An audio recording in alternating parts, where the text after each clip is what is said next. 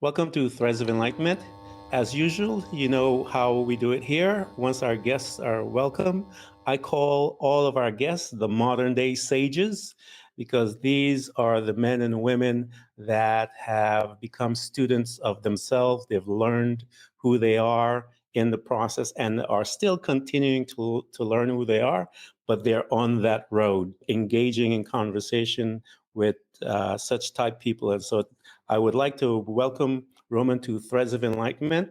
I'm going to turn it over to him and have him tell us everything that he has created. And we cannot wait so that we can have this conversation to find out how did he do this so that those that are listening can learn something and begin to create their world. Roman, welcome to Threads of Enlightenment. Thank you so much, Ken. It's a pleasure to be with you today. I appreciate it. Tell us a little about yourself as far as the things that you have today, all of the fun things, because I got a chance to look at some. Just tell the people who you are and what you have done so far. All right. And I am a life coach trained by Tony Robbins and by one of his programs. I work from Toronto, Ontario, Canada. So I've lived here for 2.5 years, and originally I come from Russia, so I immigrated from Russia to Canada. And in my work, I'm an immigrant too, man.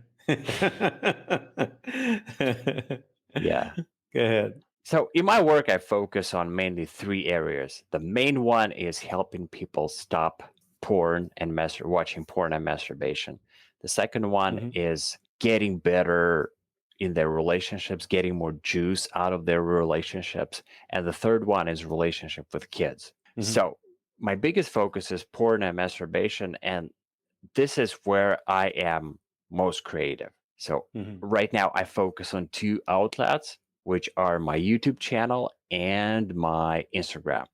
So what I created today was a quick video, positive, motivating video that I will upload to my Instagram later. And it's about how I used to feel when I watched porn and masturbated, and that was terrible because I felt a lot of regret. I felt that I was not productive. I felt that this whole thing was unnatural. So I'm talking about how this addiction is not natural, and it's much better to replace it with, real life sex. And I also, in order to be more creative, I even sing a little bit of a song by one of my favorite bands called Bad Religion. And it's a song that's called I Love My Computer. So basically the song goes that a person is addicted to their computer and replaces their real life with these online images and experiences and so on. And I sing the song in the video a little bit, just a few lines to inspire my tribe to really push themselves and not to do this thing. Yeah, one person in the last, I would say, the last couple of weeks that I interviewed, dealing the subject of porn, being hooked on porn, and this thing, and what it's showing is to me, it's telling me that it's a prevalent thing. It's something that we really don't talk about. As you know, we have this image that men have to portray, and the sexual prowess is one of them within many other that society has programmed all of us in, and it is a problem within with men. And again, I believe a lot of it is because society has really done a number on us about the role of a woman and how we look at women. And as we began to correct that, I think that look, as far as how we look at women as objects, I guess, we will get to a better place as a society with men, because I am in a country, and I don't want to mention it right now, but I just read an article about this young woman coming home from evening, and these couple of guys saw her dancing on the street and were masturbating and all kinds of crazy stuff. How men portray women as objects, and it's something that us as a society amongst the manhood need, Roman, and need to address. And I'm glad that you are dealing with this on those platforms. Yes, you're totally right. It's a modern day disease, and especially with millennials and further generations, because they grow, like they wake up oftentimes not in the offline world but in the online world, because they're on their phone Mm-hmm. during their wake hours all the time, and so they get addicted to the phone, and so they just teach their mind to really see the online thing as the real thing. Yeah, yeah, yeah. And That's yeah, that's tough. exactly. Go ahead. Go ahead.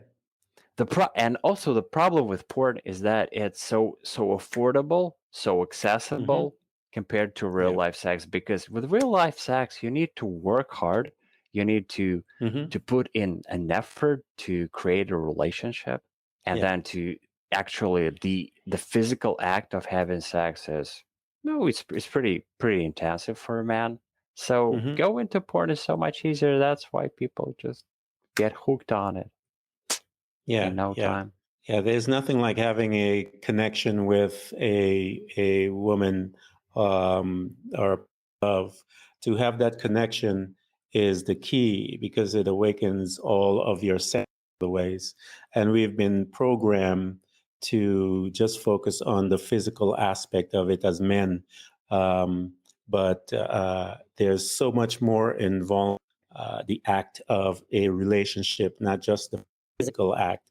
And I think that's what most of the people that were hooked on porn, we would focus on the physical act versus more so the connection. And some people just don't want to deal with the connection because of the what First it place. takes to that relationship with that person. And so this is really to me it is something that needs to be talked about, as I mentioned, Roman. And I really am thanking you for bringing it out there, because we need to move past this. And in order for us to have a better society as a whole, I think this is one of the issues that we have to deal with, because I'm looking at all of our sisters out there that are being damaged as a result of how we behave. But I want to take you back, Roman. I want to go back, because here at Threads of Enlightenment, we know that you created this right now. But I want to go back as to how were you when you were a younger man? How did you, as they say, even walk your mindset when you were a younger man, a younger boy coming up? And where did you think you received that instruction, basically, where the woman was more of a object than something to desire to have a relationship with? Can you talk to us about some of those things that young men, not just you, we're talking about global behavior of many young men. So let's have a conversation about that, Roman. Let's go back and pull back from your memory some of those things. Yes. Okay, I think this addiction started when I was around maybe 8 or 9 years old, and Mm-hmm. it was just physical back then. So I would Yeah. lean onto an object and just, feel physical arousal and pleasure, maybe orgasm, Mm-hmm. something like that.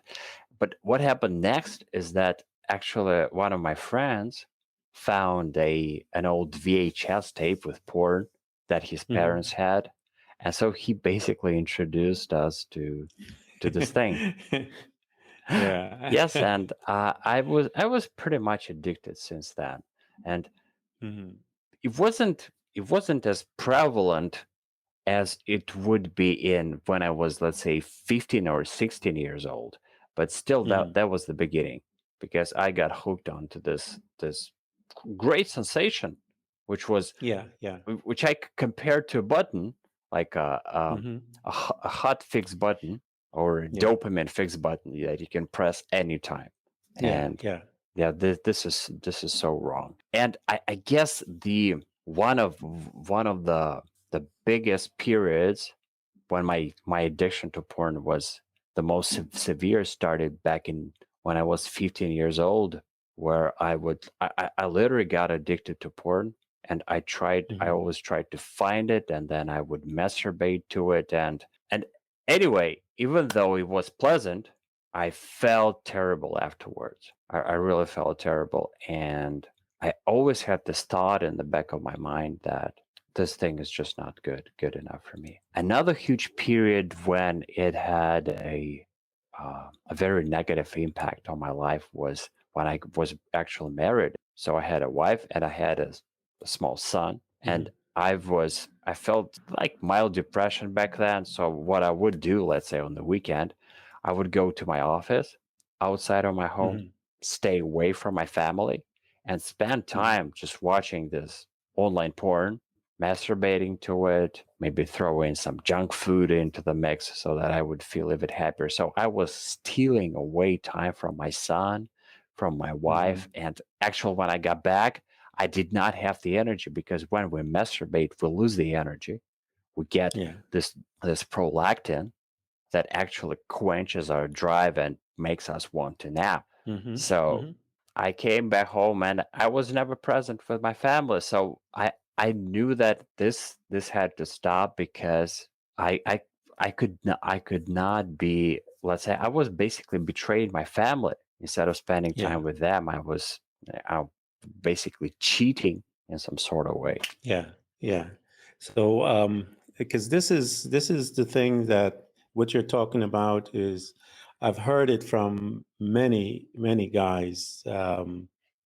So that's why I'm glad to have a conversation with guy to guy here, because I've heard these Yeah. conversations with men. We talk about these things, and I know that the costs that the guilt that men do go through. Many of them go through guilt with this type behavior, and the damages that it has done to relationships, that I know as well. So, talk to me as far as here you are. You recognize that you're having this problem.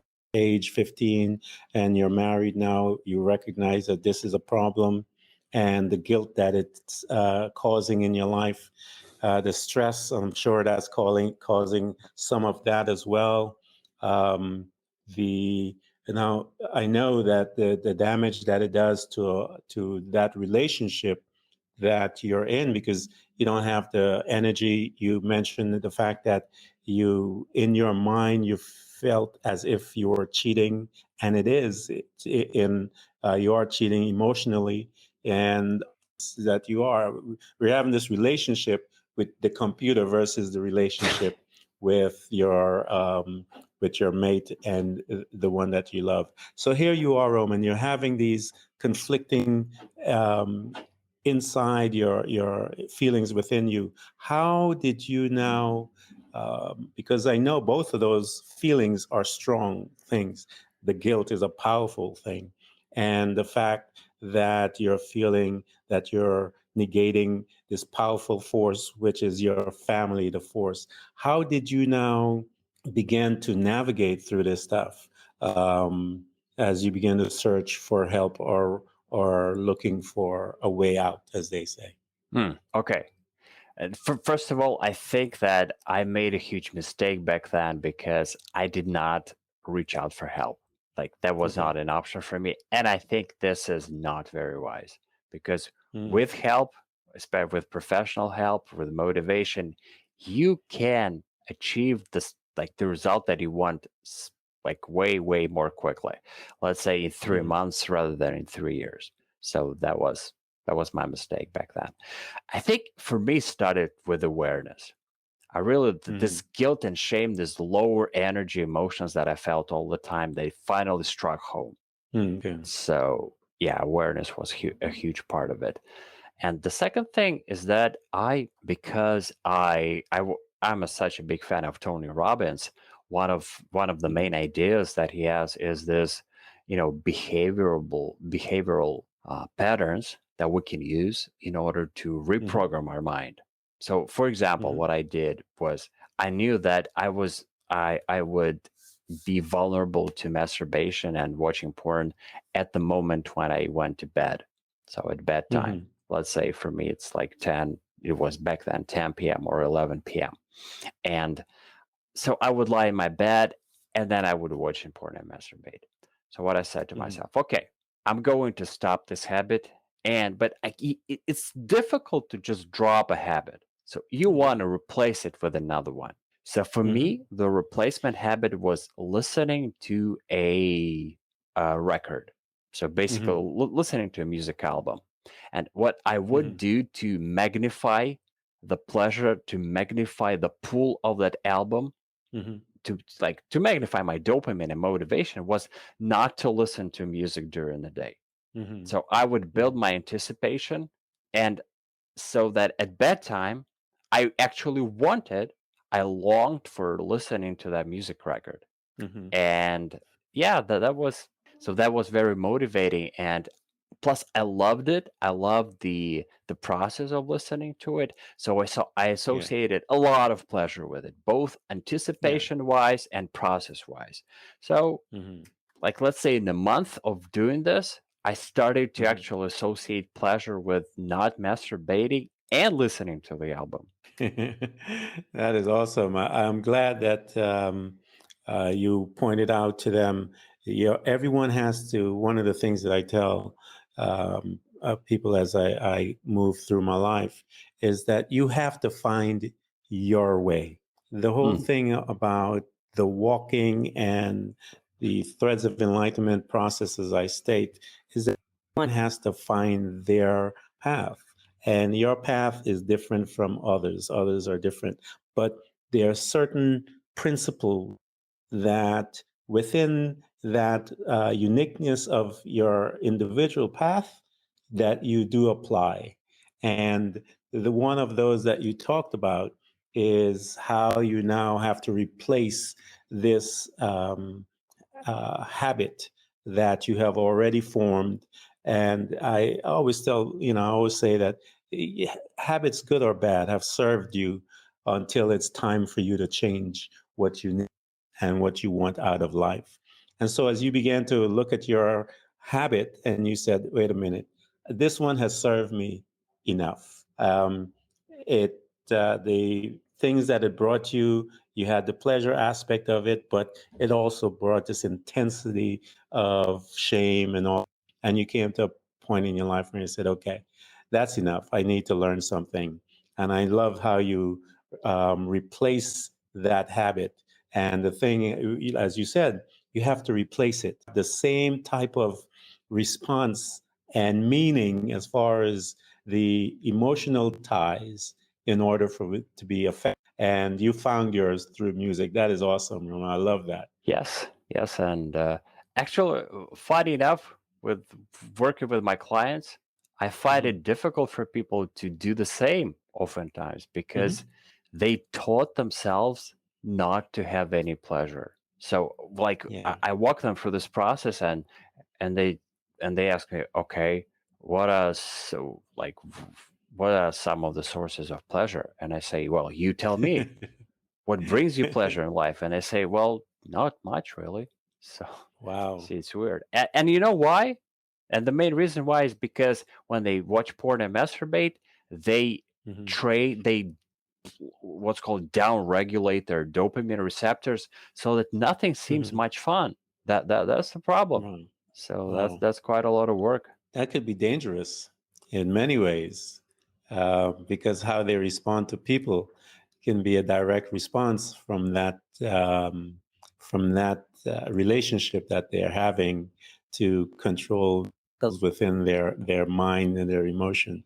You can have a detrimental response based on that practice as you continue doing that. So I'm glad that you're working with these young men or older men, but working with people in general to make them aware of these practices and these behaviors, because eventually we have to come face to face with these things. These are who we are. And as I mentioned to you earlier, in life, becoming a better student of yourself. And when you come to a place and you are not satisfied, the goal is then to become a better student of yourself, learn who you are. What are your hot buttons? What are the conditions? What are the habits that brought you where you are? So here they are, they're coming to you with some grave things from what you're saying to the fact that they have done this to themselves. And this path of learning how to love yourself as an individual is very key, Roman, coming out of this place, learning to respect yourself. It's a different type that you'd have to learn in order to move from A to B, especially in that arena.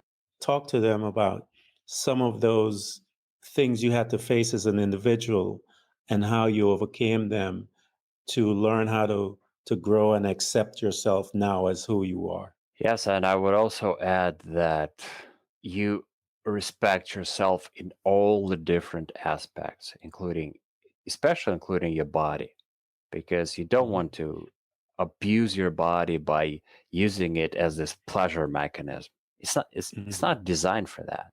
You're actually, when you're young, you can get away with that, but as you get older, you feel that the more you ejaculate in this unhealthy way, the the more toll it has on your body. And of course you're right about the mental aspect, because it makes you selfish. Speaking of enlightenment, you just instead of being out there, being with people, building people up, helping them, you are focusing on your own pleasure, which is totally selfish. Whereas what you want to do in life, the process that we're going through, the process of enlightenment, the process of maturing, is going from selfishness to selflessness, from conditional love to unconditional love. Yeah, it's a tough process, and I'm glad, man, that you're here talking about this, because I had a similar journey in the sense of becoming awakened to my behavior. And when you become aware of your behavior, it changes your life.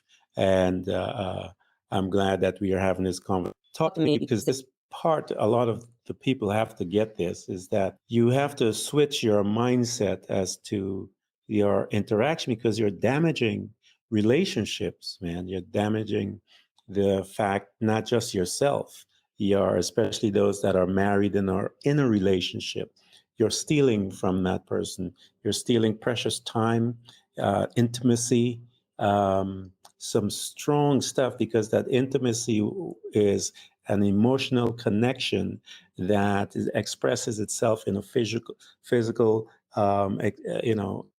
explosion, as they say. So, how did you begin to learn to now navigate as you took the music? How did you now learn to navigate to have a more robust relationship with someone? Well, when this happened to me, I was actually divorced. So this was uh, a mix of bad things happening to me at the same time, which I maybe used as motivation to actually get through with this. So I would say that I would say this. So when you're stopping porn and masturbation, that's one part. The other huge part, and maybe the more important one, is that you need to use the energy that you're now freeing from porn and masturbation and invest it into creating a relationship if you don't have one. Or if you have a relationship, you've got to become more present in that relationship. That is key, because this is what I call a new challenge. You got to challenge yourself with doing something new that will excite you. And as men, we are wired to focus on one thing. If we focus on this new challenge, which ideally is creating an intimate relationship, then we have very, very, like, very little headspace left to think about porn and masturbation. So you're reaping a lot of benefits from working on this sort of new challenge. That's awesome, man. And you had mentioned that you're also working with with kids and children. Tell us a little about that aspect of where you are today and what you're doing from that point of view. Yeah. So what I basically do is that I help parents have better relationships with kids, Mm-hmm. because quite a lot of parents are, to be honest, terrible at that.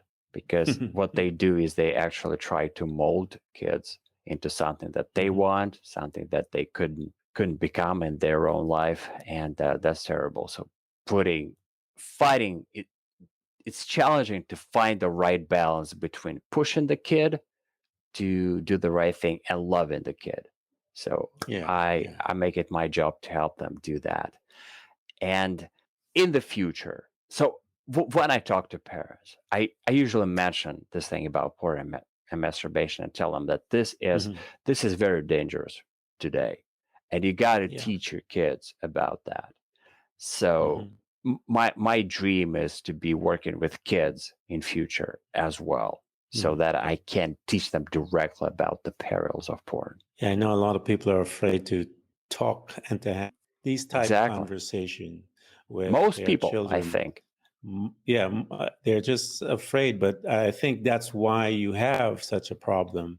Because the child, in your case, was you were introduced to a video that the guys had that he got from his parent um, that lifestyle, that pattern of living.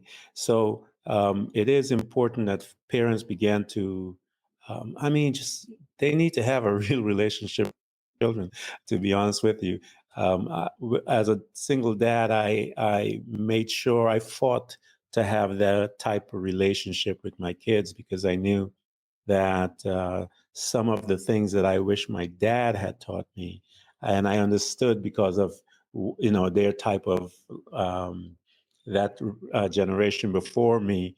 They didn't talk about anything, man. But I wanted to make sure that I was there for my kids. I was honest with them. I told them everything, and yeah, we had some hard times, but we had some good times.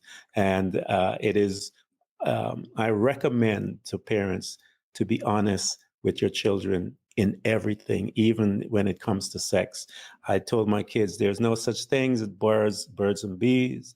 I took out a condom. I showed my boys. I said, you know, and mine was a little different, Roman. I actually they were young kids at the time. I took out a condom and threw it out at them, tore it and showed them. And I said, until you can fit in this, you shouldn't be doing anything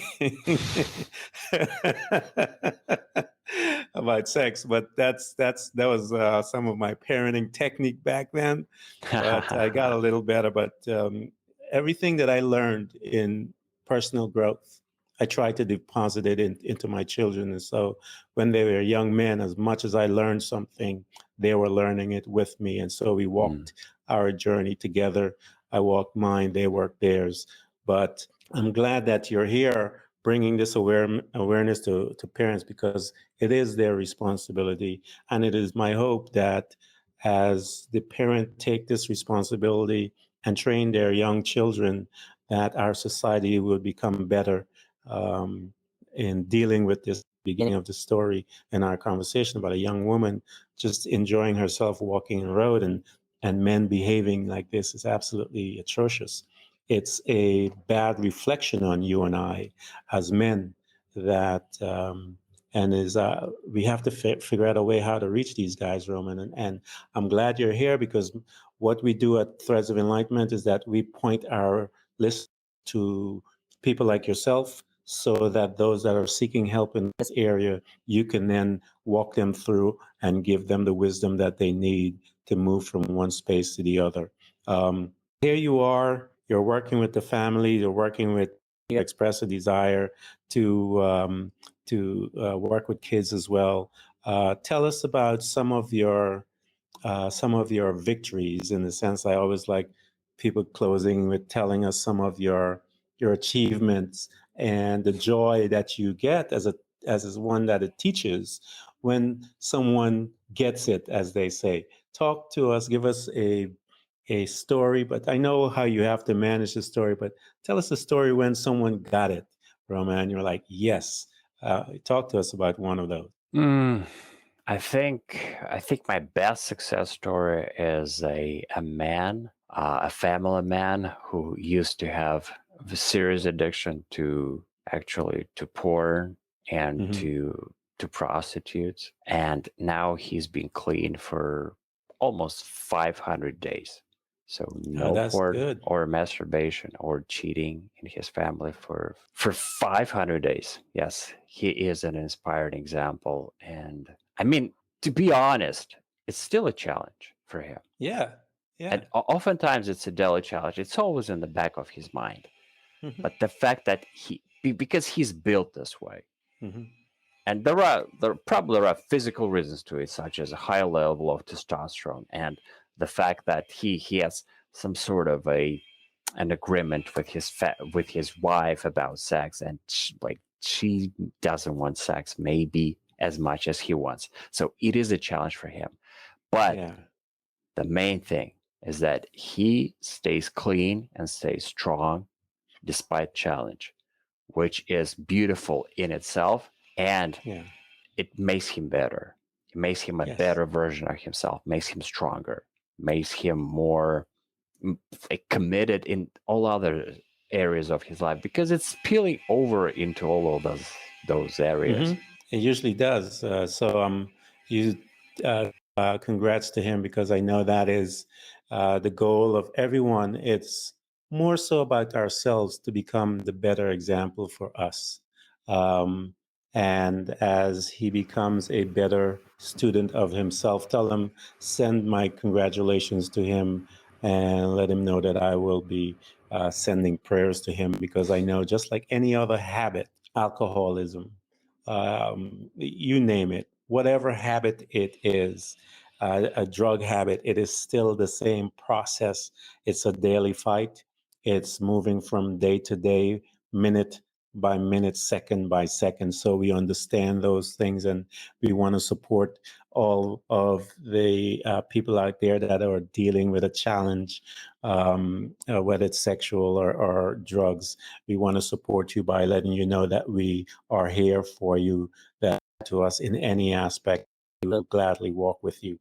So, Roman, I want to thank you for coming to Threads of Enlightenment and sharing this particular personal situation that you had and how you got out of it and how you're now a teacher, one that is able to guide other people out of their situation. I really, truly appreciate you stopping by and spending time with us. Thank you, sir. Thank you so much. Well, I appreciate your kind words and I appreciate your wisdom, because a lot of things that you said, adding to what I was talking, they were, they were great reminders for myself about how I am supposed to live my daily life. You know, you have Oh, like it's not just threads of enlightenment, threads of wisdom. I appreciate your kind words, sir. I thank you so much. Everyone who's listening to this podcast, we hope to continually help you to learn how to embrace moments of darkness, because it is in the darkness that we learn how to develop and use our abilities to truly see those parts of ourselves, often invisible to us, in the light. It becomes your responsibility to navigate through all of your trials, to find out who you truly are and begin your journey to loving yourself, which is possibly one of the most difficult things you will ever do in your life. To love yourself and to find the real you, but always remember to enjoy the journey. Thank you for coming by. Please subscribe. And if you can support us financially, we deeply appreciate it.